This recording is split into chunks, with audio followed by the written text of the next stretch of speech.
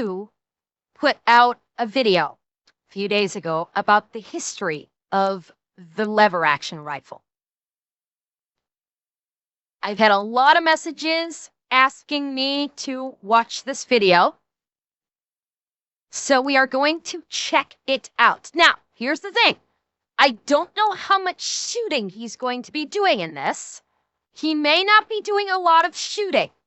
I think that something tells me he's going to be doing a lot of talking and explaining, and the shooting might be a little bit on the minimal side on this one. But that's okay, because I do like getting information about firearm history. So, are we ready? Let's go.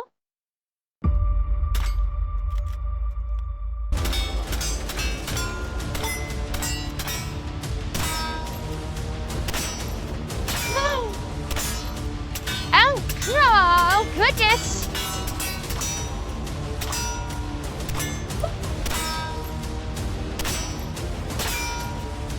Rust.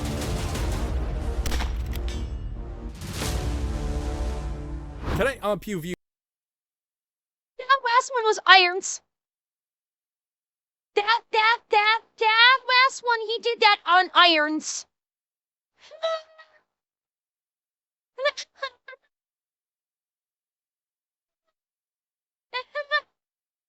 We are talking about one of the greatest cowboy inventions of all time. And no, I'm not talking about spurs or assless chaps. I'm talking about the lever action rifle. A gun so American, it should come with a free bald eagle every time you buy one. Gosh almighty, that is good! But this story starts way before Clint Eastwood was ever squinting at a camera.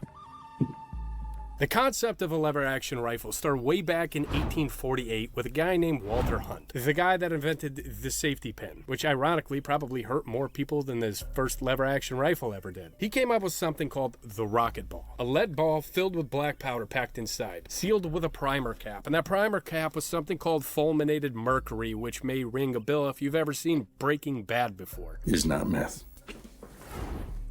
Aha! God, what a great... By the way, fun fact, Mythbusters actually tried to do this. They did a couple of Breaking Bad myths, and they actually took fulminated mercury of that size, and all it did was pop. It did not create this level of an explosion. Clip, right? That same fulminated mercury was the primer to this little makeshift ball, which awesome concept, but you know, it's a little bit dangerous. That's kind of how you miss some fingers. He called the first lever action rifle the volitional repeater, but it was about as reliable as a McDonald's ice cream machine. Enter Lewis Jennings, a guy that kind of just looked at the design and said, yep, now I'm gonna steal that. That was fun. I feel like a gangster. He made about 1,000 of them things, but it was still unreliable. The ammo was weak as shit, and you couldn't hit the broadside of a barn, standing inside of the barn. So needless to say, that didn't exactly work out, but failure was not contagious. A couple of guys named Smith and Wesson saw some potential in the design. They bought the design, slapped their own twist on it, and came up with a volcanic pistol. Pretty cool looking pistol. Awesome concept, but still super weak ammo and kind of shot like sadness. So, but regardless, they formed the Volcanic Arms Company and started looking for investors. One of those investors was a shirt manufacturer by the name of Oliver Winchester. He bought 80 shares at $25 a pop. Dude had absolutely nothing to do with firearms, but made some dope merch. But if you want some dope merch, I got some. If you hit the link down in the description below, go to Bunker Branding /PewView. Shameless plug. So when the volcanic pistol design failed, again, Smith & Wesson kind of ventured off and did their own thing, which worked out pretty good for him. And then Oliver Winchester was left with the company, so he, you know, thanks guys. Then in 1857, he hired a man by the name of Benjamin Tyler Henry. Might sound a little familiar. If you clicked on this video, you probably understand all of these last names so far. But it gets cooler. This dude wasn't just a gunsmith. As a teenager, he worked for Springfield Armory, which was a pretty big deal back then. They made the majority of like all of the military guns back then. So in 1860. Okay, wow, we're getting, holy crap, we're getting a lot of history regarding all of these big gun companies kind of like working together. This is like, okay, yeah, clearly Nick is rubbing off on Nick right now. Yeah, he's doing a deep dive into this history. Back then. They made the majority of like all of the military guns back then. So in 1860, Henry developed the first practical lever action ever made. This beauty right here. The first one was chambered in 44 rimfire. We'll get to that later. This is a remade by the current company, Henry, chambered in 45 long colt. We've been talking a while. Let's go ahead and shoot this thing. So to love this thing, you gotta pull this little lever all the way up, and then the barrel twists. Just like so, and then take your 45 long colt, drop it in there. Which again, these first rifles were 44 rim fire, significantly underpowered. Certainly not a modern day 45 long colt, but this is way cooler. And the original is probably like 10 times more than my house's worth. This will work just fine, right? Okay, so you can see in here all the exposed bullets in the back. You Not sure how much I like that. Why, in the dusty west, that could be a issue. Everything's top loading here. Oh. Ace.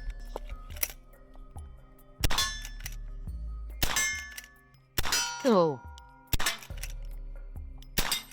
See, when this nice. follower gets to your hand, then you got to move it on the other side of the barrel. Your hand gets really hot pretty fast. Get a little hard to hold on to. Yeah, that's not much of a hand protection. If you quick shot this, yeah, that barrel will get pretty goddamn hot. And the only thing additionally, that's a lot of heat being transferred into those shells. Durahan, at a guess, let's see, 423. Let's see, hang on. Okay, so you can see in here. See, 1, 2, 3. There we go. Looks like 1, 2, 3, 4, 5, 6, 7, 8, 9, 10, 11, 12. Looks like 12, but that barrel would get pretty freaking hot, and I'd be a bit nervous with the ammunition pressed right up against that very hot barrel. That would make me a little bit nervous. Fast, get a little hard to hold on to.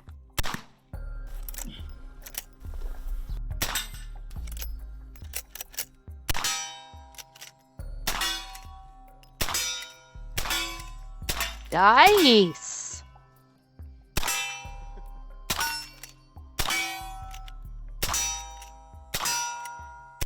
Before we get too far down this rabbit hole, we need to stop for a second to thank today's sponsor, TacPack. TacPack is a monthly subscription service that sends you tactical gear to your house once a month. You never know what you're going to get inside one of these boxes, and it probably would. I am probably like overreacting and touched about the heat. AR-15, some shooting glasses from Walkers, an Enforce WML weapon light. These things are actually pretty damn good. Shooting bag from Mission First Tactical, some patches, some stickers. These things are always filled full of awesome gear like stuff from Fab Defense, Mission First Tactical, CRKT, Battle Arms Development, 9-Line, 511 Tactical, you name it, they got all sorts of goodies inside of these things. TacPack has 2 main tiers. They got the standard and the plus. The standard is going to cost you $59.95 ship, but the value inside the box is anywhere from $90 to $120. TacPack Plus is going to cost you $139.95 ship, but that value is really honey poo. So that model Henry that he was shooting had bad handling and safety, and so it didn't do well. Oh. Well, but it was also their first one. So, obviously, after the first one came out, they did some fine-tuning, and, they had to make some adjustments, and obviously, with any new type of weapon that comes out, like the first generation, obviously, there's going to need to be some serious improvements, especially given the time of when it came out. It's not like they had a whole lot of QA or QC back in the frickin' 1800s. So, for the time period, that's some high-tech shit. Anywhere between $240 to $300. Always getting more than you're paying for. And you're always getting some new reasons to build a new rifle. And this... One of my friends works at Henry Repeating Arms. Sure. Nice. Did you ever get to play with any of the guns there, JRC? This month, TACPAC is celebrating Christmas in July, so anybody that uses code PEW at checkout on their TACPAC Plus is also going to receive a free box worth about $125 extra on top of your other box. This next TACPAC is also going to feature a $150 AR-15 part. And the next August TACPAC is going to be worth over $240, so don't miss your chance. Use code PEW at checkout, link down in the description. Now let's get back to the video. So we just shot that entire tube, and it's pretty damn hard to hold on to. The barrel gets extremely hot, and then you're kind of sitting here doing one of these to try to keep your hands out of the way, which surprisingly kind of stable. So the original 1860 gun can hold 16 shots, which today that's not bad, but in 1860 that's like showing up to a knife fight with a belt fit. This was like magic to those guys. So when the Civil War broke out, the U.S. government bought 1,731 of these. Yeah. How many of you have seen Dances with Wolves? How many of you seen that? Dances with Wolves? This was the rifle that Kevin Costner carried in Dances with Wolves. This was his rifle. Because he was, I'm trying to remember if he was cavalry or infantry. I can't remember, but this was the rifle that he had. But civilians, especially Union soldiers, bought another 6,000 to 7,000. Hell, even Abraham Lincoln had one of these things. He had serial number 6. He was cavalry. Okay, it's been a while since I've seen it. I couldn't remember if I know he had the Stetson, but I couldn't remember if that was denotating cavalry or if it was something else. But so he was cavalry. Okay. And Leon Ragnarok, thank you for the follow on Kick.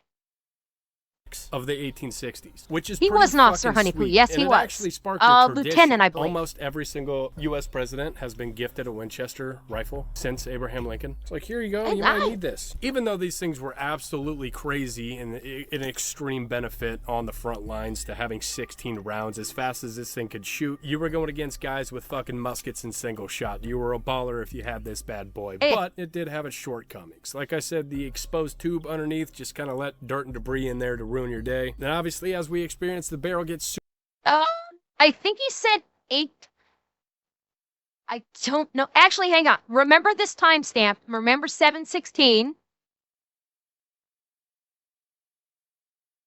The first one was chambered in 44 rim action ever made. In 1860, Henry developed the first practical lever action ever made. This beauty right here. The first one was chambered in 44 rim fire. We'll get to that later. Okay, he didn't give the model. Unfortunately, he did not give the model, so I don't know what the model. It's the first ever Henry repeating rifle, so the 1860 Henry. Super hot and you got to move your hand away and heat a battle, you're not thinking to do that. Gun probably jammed a lot. If it wasn't the dirt getting you, is your hand stopping this follower. So, it had some shortcomings. Which brings us to Nelson King. In 1866, he completely made this thing a whole hell of a lot better. As you can see, he added the wooden foregrip to get rid of the follower problem. He went internal with the follower, so everything's enclosed, no dust, no debris. He added a side loading gate, so everything's a little bit simpler. Nice. This thing's a hell of a lot more comfortable to hold and tote and shoot. It's just a hell of a lot better of a gun. Obviously, they sold 170,000 of these fucking things. Also, the same 44 rimfire cartridge, which kind of sucked, but is better than a single shot. But of course, in classic CEO fashion, Oliver Winchester claimed that he is the one that invented this. What a dick. This is the rifle that was nicknamed the Yellow Boy by the Native Americans that were here. This is the one that absolutely wrecked Custer and his boys. The Native Americans had these bad boys and... Oh, maybe it was the... Wait. I don't think it was this one. I think it was the previous one. I think it was the 1860. Because I recognize the barrel shape. I recognize the barrel shape of the 1860 Winchester from Dances with Wolves. Yeah, it wasn't this one. It was the 1860. So I think I'm right on what I'm thinking about for the model. Custer and his men had single-shot Springfield, so firefight was over faster than Dalton's Tinder dates over there. Like, the most interesting fact about Oliver Winchester was the phrase, "the gun that won the West," was the coolest fucking marketing technique of all time. That was so far from the truth. That was more of the, you know, the single-shot Sharps 50 cal kind of stuff. This wasn't it. The big bores handled, you know, the buffalo and the big fights, and then the Colt Peacemaker handled the diplomacy. But Winchester sold that narrative, and it absolutely stuck, because gun that kind of helped in some skirmishes doesn't exactly look great on a billboard. So gun that won the West. This one's got a nice side loading gate, so you didn't have to burn your hand and twist I like the barrel. that. It's also a closed loading gate, so not as much you know, dust and I mean, that's a hell of a jump in terms of technology. You know, give credit where it's due. The jump in design is impressive. You have the enclosed loading gate, you know, you have the enclosed follower with the windstock, and you actually have the enclosed loading gate. That's a big improvement in one generation of design. Easy, you Kite. Kevin Costner is building a film studio in Utah? I didn't know that. Cool. debris in there to wreck your day. Again, this one is also a remake, so it's not the 44 rimfire bullshit. This one's also 45 long Colt, as it should be. Nice. This one feels so much fucking better. Oh, and he's able to just tear right on through it. Huh. Long shot. Oh, God, the long shots. Oh, God, the long shots. Oh, my God. With iron sights. Oh, God. With irons.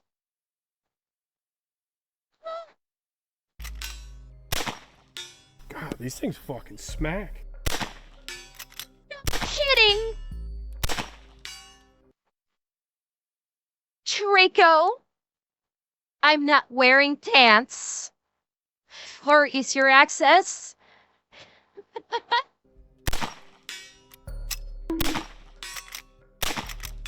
In 1873, Jesus! Winchester finally made a gun with some oomph, the Model 1873, chambered in .44-40, which was the first center-fired round. More distance, more power, more boom. 1873. So here's where the story gets a little more interesting for me. So cartridges are getting a little bit more powerful now, and enter a man named John Moses Browning, the absolute Leonardo da Vinci gravy. of gun design. This man came in and designed about 12 different lever-action guns, one of them being a 7.62x54R for the Russian military, but we are not going to talk about that. We're going to talk about the Winchester Model 94. I'm sure if you guys are familiar with lever action rifles, if Grandpa passed you down one when he passed away, this is probably it right here. The 94. These things are absolutely everywhere. This is the pinnacle of a 30-30 rifle. This is an original that was passed down to me. It makes me so happy that so many of these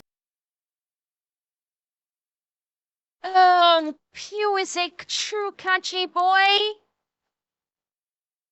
His daddy and his his daddy, his granddaddy, and his great-granddaddy all passed down the rifle to him.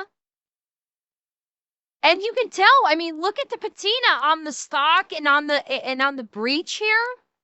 That is an old rifle.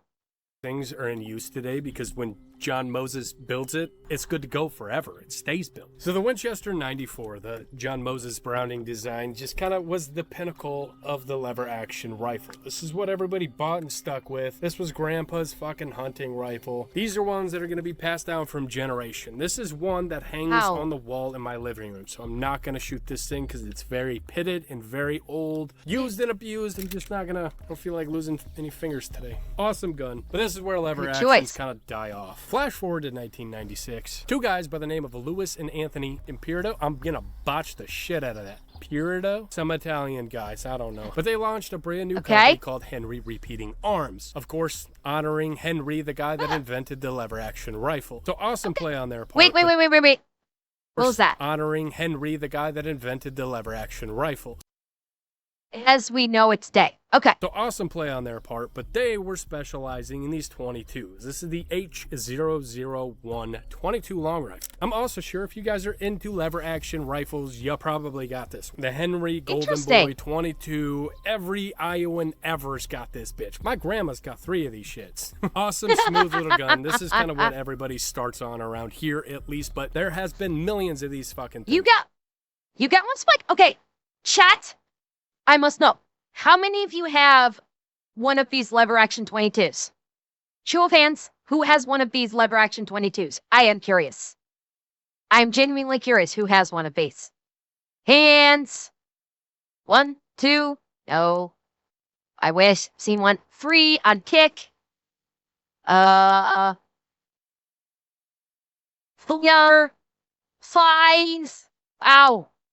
6 on kick. Street, you have your dad. 7. Sketty, 8 until it got stolen. I'm so sorry. AC/DC, 9 with 2 of them. Your uncle, yeah, he's right. Wow. That's fun. How does it shoot? How do you guys like shooting them? I imagine they're like probably fun as hell to shoot. They've got like, considering it's a 22, it's a plinker, but I imagine it has got to be great shoot. Maybe it'd be good for like rabbit hunting. I could see it. Now 60. I like the big guy. What can I say?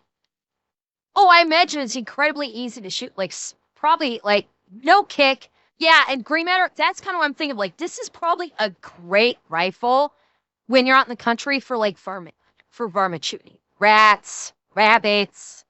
You know, the groundhogs. Yeah. Hope I will allow that because I know which coons you're talking about. So 12 gauge for the raccoons and squirrels. Although I imagine the 22 might be good for squirrels too. Maybe. I mean, I can see the 22 being a good squirrel shooter. Hell, maybe even a raccoon shooter, honestly. Like for any small game, I can see this doing really well, honestly. Sold. So I'm sure that's kind of the thing everywhere, but this is a perfect starter gun. It's simple, it's reliable, it's pretty inexpensive, all American made, awesome little gun. Now with these, you got the old little tube mag here. You can pop this thing out and then just kind of feed all your 22 ammo right in here. But obviously you don't need to pull this thing all the way out. There's a little slot right here cut out perfectly for your ammo. Very nice. Drop it in. I bet the birds are getting flashbacks. Me, 14 years old, out here with this exact same Henry. Yeah. Oh, yeah.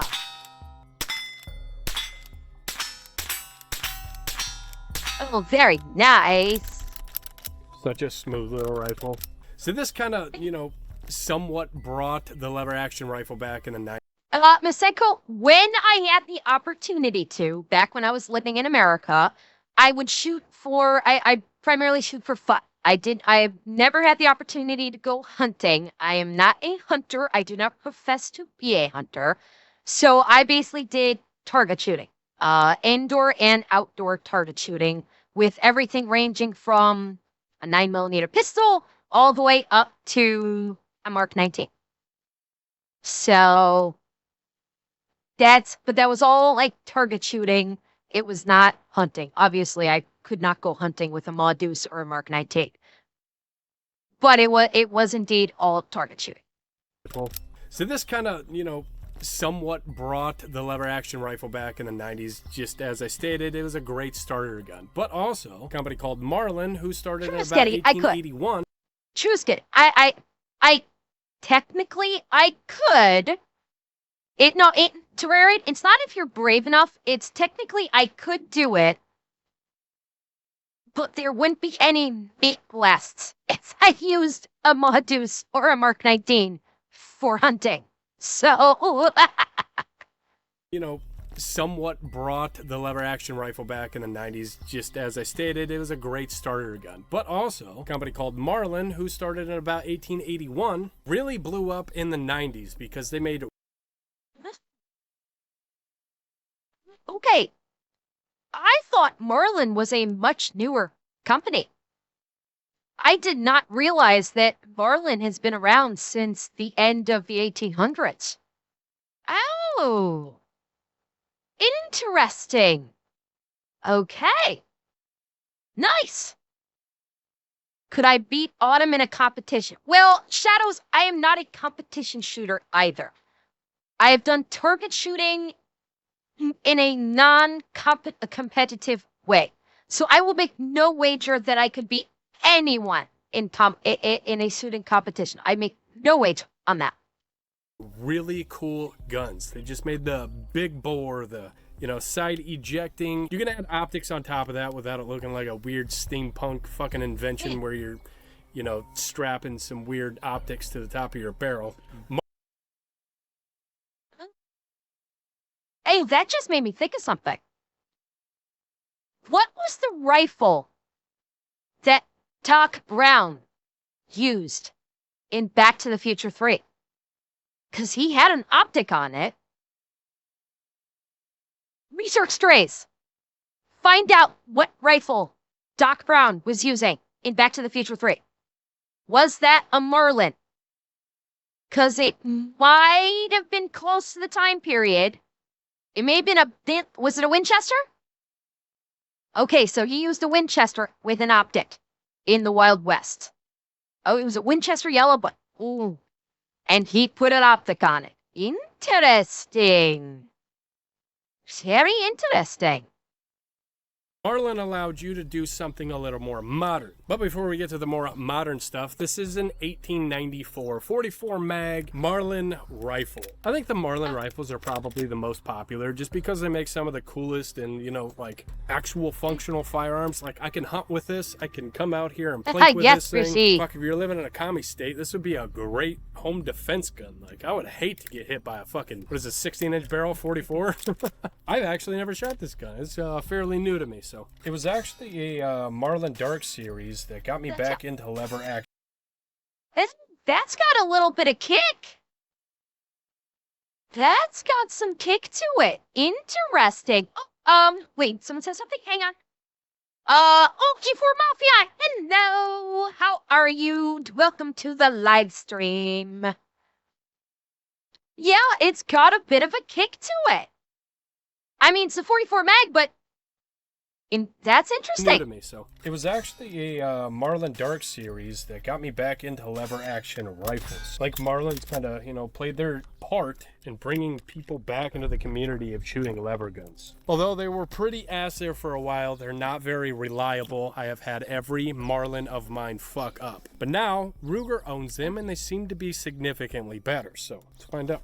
Wait, who did you say owns them? But now Ruger owns them and they seem to. Oh. There is Ruger owns Charlotte. Baby. Okay. Yeah, Ruger knows how to make a good gun. And if they own Marlin, ho.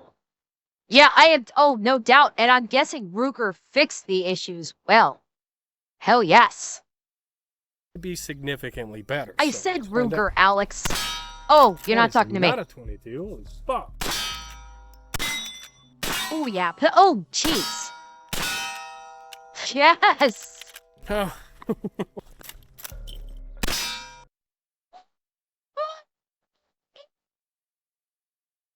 Again. Oh.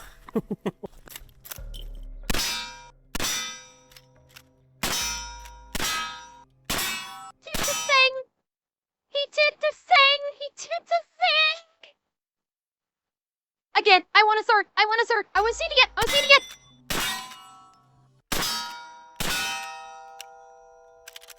Oh. Yes. Oh, yes. Marlin made all these fun toys, like this 1895 GBL 4570. These are the guns that got. Oh, God, I'm so fucking wet right now.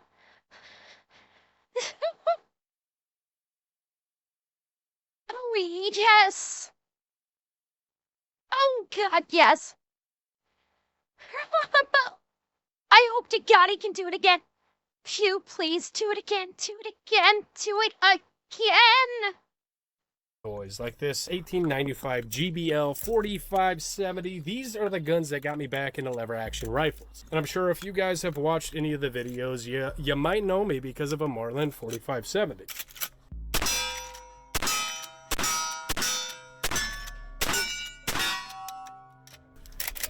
This is where I really fell in love with these things. These are Ranger Point Precision's furniture. They make literally... Okay. Really fell in love with these things. These are Ranger... That is a gorgeous lever action. That is absolutely gorgeous. I love the skeletonized stock. The bluing, like the gray, like the OD kind of bluing, and the faux wood tactical stock. You like it. I might like it if better if it was like the only way I could like the color scheme better is if the metal was black, if they had powder coated it black. And if maybe they sort of done like a redwood sort of on the handle and foregrip, like for that, do like a redwood style wood, faux wood. I think that would look better. Point Precision's furniture. They make literally furniture for every lever action rifle out there. Then of course, after Marlin's popularity of all their tactical lever guns kind of stuff, Henry started doing the same type of stuff. They dropped their Model X series, which consisted of, you know, all of the main calibers like 357, 44 mag, 4570, all of the fun stuff. This right here is a Model X chambered in 4570, made by Henry. Again, to keep up with the craze that Marlin was getting before they sold their company. But we'll get to the tactical Henrys in 1 minute. Because this is the pinnacle. This is the turning point, the full circle for me. Smith & Wesson, the OG lever action guys, fucking 150 years later, finally drops their lever action gun. This is the 1858, and goddamn it, they didn't name it the Volcanic. Fucking missed opportunity of a century. Why is this not named the Volcanic? Bothers the shit out of me. But anyways, so since Smith & Wesson came full circle with their 1854, chambered in 44 mag, I figured I would come full circle. Since lever actions kind of kicked off my YouTube career, I teamed up with Ranger Point Precision to give you guys what I think to be the coolest looking furniture for your lever action rifle. So if you're somebody that has a lever action laying around, a newer one, an older one, I'm sure we make furniture. We just started right here with the Smith & Wesson. Naturally, they came full circle, so we figured we'd start here. Now I got furniture for literally everything. As you guys seen on this Henry over here. I mean, guys, I can fully appreciate the classic naked look of the Old West gun. No modifications, just the stock naked look of the classic Henry repeating rifle and how gorgeous it is. But at the same time, I can also appreciate how good a modern one with all the modern accoutrements looks. I fully appreciate both of that. I appreciate the classics because they are classics, because they pioneered the firearms industry in terms of the repeating rifles. And I can appreciate their very clean lines. And then I can also appreciate the modern day ones because with modern day, they're designed for modern day usage. So I fully appreciate both of them. This is also the PewView edition furniture for your Henry. Ember, can you buy a lever gun in Canada? I believe it may be possible, Gray Matter. I'm not sure. I have not looked into it. I do believe because it is a rifle and if it is limited on how much its internal magazine is capable of, yes, I do believe you can get a repeating or a lever action rifle. Model X in any caliber. Again, I just kind of wanted to start right here because I love Smith & Wesson as a company. I'm so happy they finally started making lever action guns. And I gotta tell you, this thing is fucking amazing. It's got everything I like. It's got a little bit of a twist between a Marlin and a Henry. It took both things that I like from both companies and put it together in one package. It's reliable, it's smooth, it's got a flat face trigger. The Smith & Wesson guns are fucking amazing. And at the moment, I would say this is probably my favorite, like, modern lever action. And it just looked sick as hell. But I went one step further. Same gun, same furniture, but this one is decked out by Iron Monkey. They put... Oh, my sweet fuck. Okay.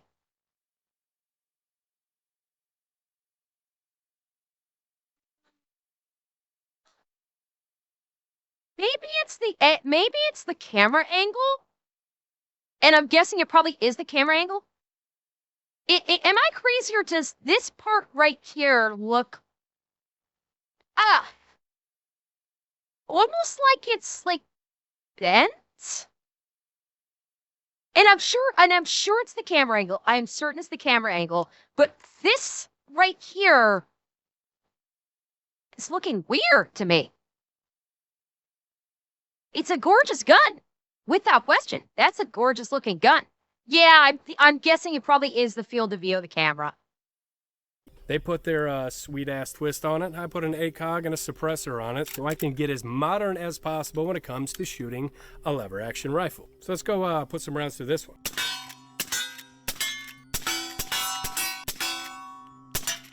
Yeah, this is kind of the entire point of this video. I'm just so happy that it came full circle. Smith & Wesson finally dropping their lever action, just made me extremely happy. I have about 15 lever action rifles, so to have like the pinnacle lever action decked out for me, this is my heirloom. This is something that I will pass down to my children in hopes they'll pass down to theirs. Just like the Winchester 94 was for me, I hope this is for my children. Now again, if you guys are interested in decking out your lever action, no matter what you have, no matter what caliber, head on over to Ranger Point Precision and grab your stuff set. I'll put a link down in the description below. It's kind of cool that all of the big names had a part in making today's lever gun. I think that's kind of the coolest thing that I've learned about this whole thing is how many gun manufacturers that are still in business today had a hand in making the lever action rifle. Like the lever action rifle was such an important part of American history. To understand this rifle helps you better understand our history as Americans. I think it had a hand in literally any fucking thing that we did to bring us to where we are now, right? And the Colt Peacemaker. Video coming soon. Anyways, hope you enjoyed this video. Thank you for watching. Hit that subscribe button if you enjoyed this. Leave a comment down below if you didn't. Thanks for watching. We'll see you next time. I'd say as far as Henry goes, this is probably their most popular model. The Model X, chambered in 357, 38 special. It's inexpensive to shoot, but it still has that 357 Magnum cartridge capability if you would like to hunt with it, or just shoot the cheaper 38 special out here on the range, and it also sounds amazing suppressed. Probably one of my favorite rifles to take out and just plink with. I wouldn't necessarily go hunting with it. I tried.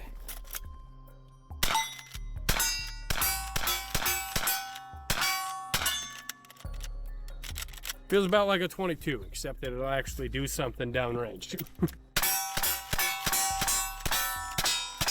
Oh my!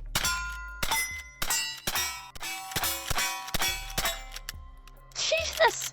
This one is also sporting the OG rail from Ranger Point Precision. This is what got me into the whole tactical lever action look, was this rail right here. Awesome rail. We made it better.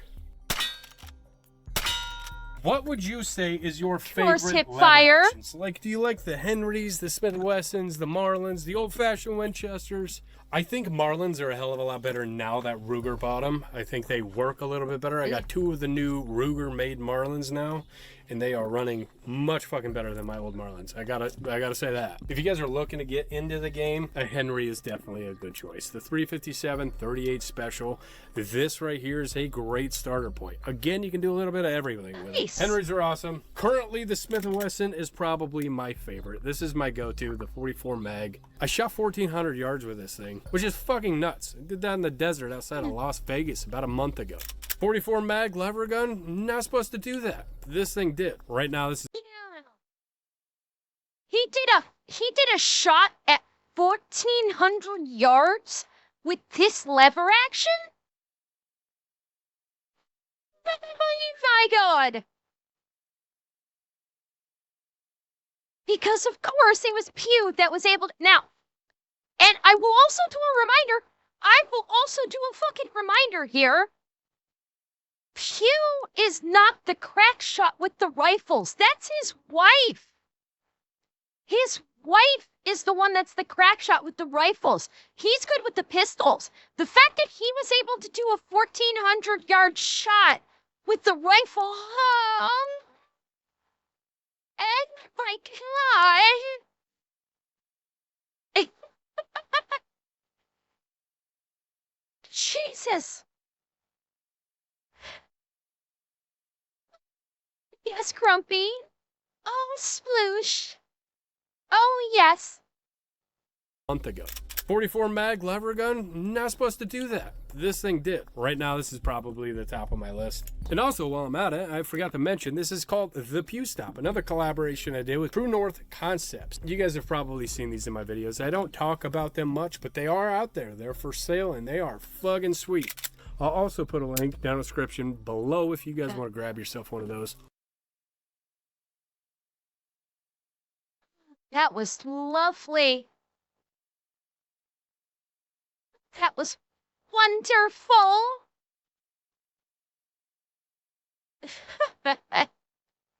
That was fun and very interesting history.